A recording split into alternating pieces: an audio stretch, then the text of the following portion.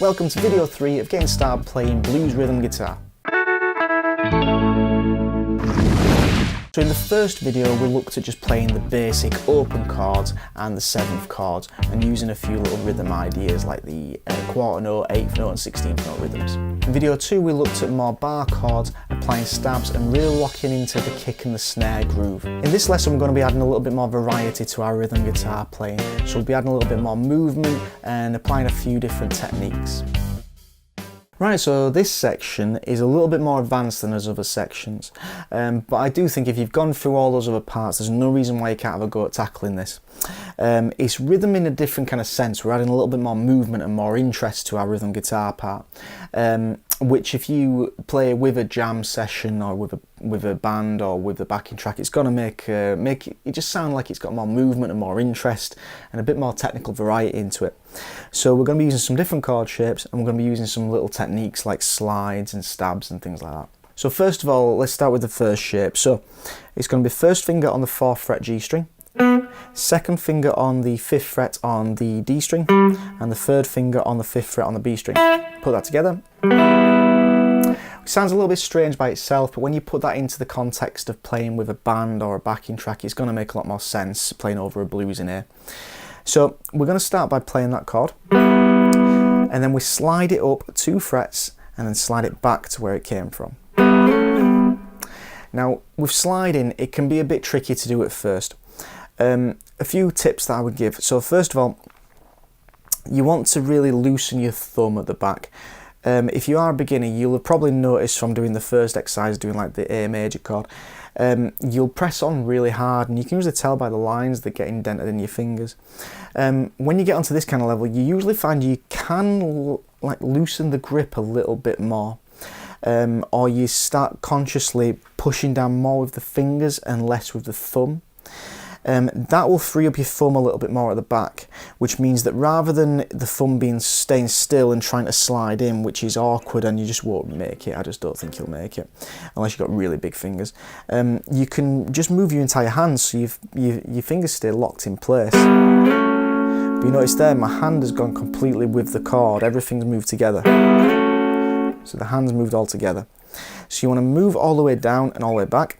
But another key point is really focus on where you're going to. So I would focus on the second finger because that's the one I can see the best.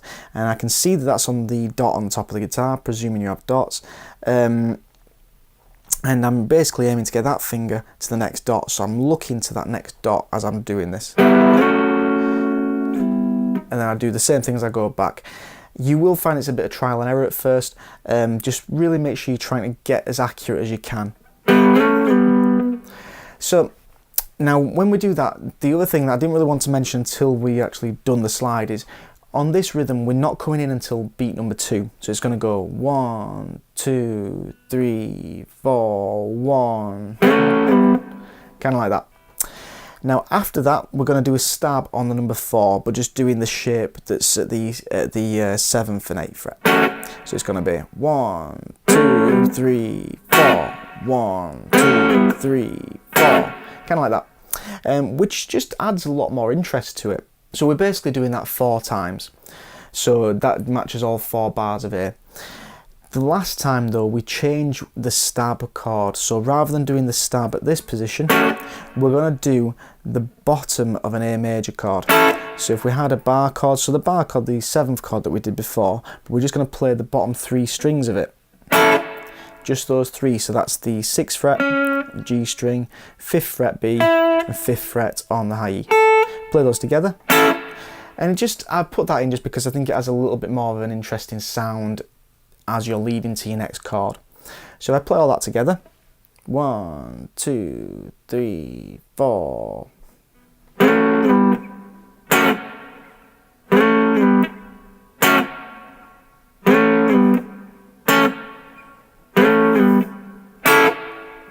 So you'll find as I go through this, on the stab chords, the ones before the chord change are usually ones I've changed around a little bit. So now onto the D chord. So where we'd normally play a D chord, now we're going to do another shape. So it's same idea, we're going to do a slide and a little stab at the end. So it's doing a little bar at the 5th fret on the B and E strings, sliding that up 2 frets and straight back. So you're going from the 5th fret to 7th fret, back. And then your little stab is at the 7th fret, just those two notes again, 7 and 7th fret on the B string and 7th fret on the E string. So. And before going to the A chord, so you're doing that twice, the second time, we take that exact same shape we did before, this one where it was a 6, 5 and 5. But we're doing that now so it's at the D position, so it's at the 10th fret high E string, 10th fret on the B string, and 11th fret on the G string. So that's our little stab on the last one. Show you how those two sound. And then we're going to go back to the A chord, so that's the exact same thing as before.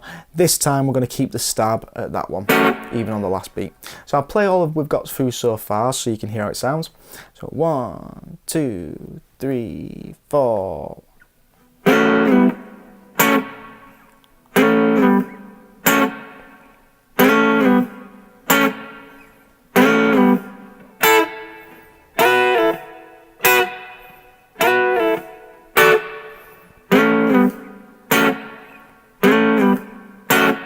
Now we're on to our little turnaround bit where the chords come at you a bit quicker. So the E section and the A section are going to be the exact same, so you do your stabs in the same place, just at the 7th fret on the D, and the ones at the 7th and the 6th fret on the A. So that's where our stab's going to be. So now we just need to add the E. So E, we're going to do the exact same thing we've done with the D chord, just 2 frets up. So we're going to be 7, slide up to 9, and slide back to 7. And the stab is going to be at the 9. So then down to D, same as before. A, same as before. Then we do E, same as we've just done it. But this time we do that little stab shape is going to be at the 12th fret on the high E string, 12th fret on the B string, and the 13th fret on the G string. So a little turnaround bit is going to sound like this. 1, 2, 3, 4, 1.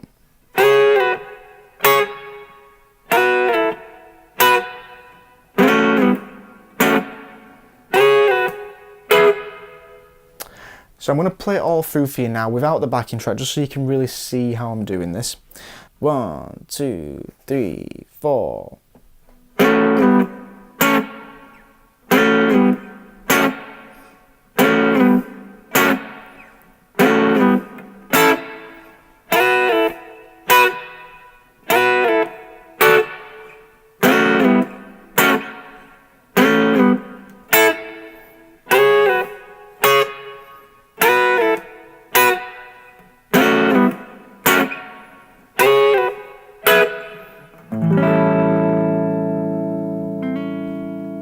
So now I'm going to play it with the backing tracks so you can try and play along. Again, this is going to be at 70 BPM, same as all the examples I've done in this series. If you want to try them at different tempos, you know where to find the resource pack in the description box below, and have fun with playing at different tempos and seeing if you can really work this up to a decent speed. But again, if you start slowly, don't worry about it, just making sure that every note's coming out correctly.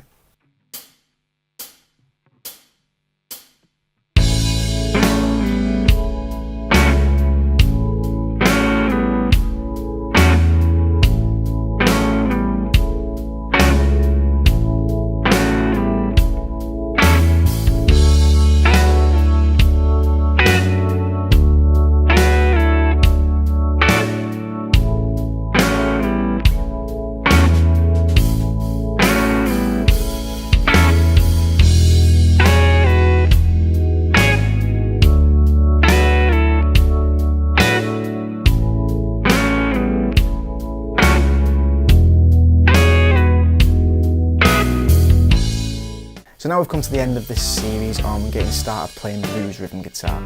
I hope you found the lesson helpful.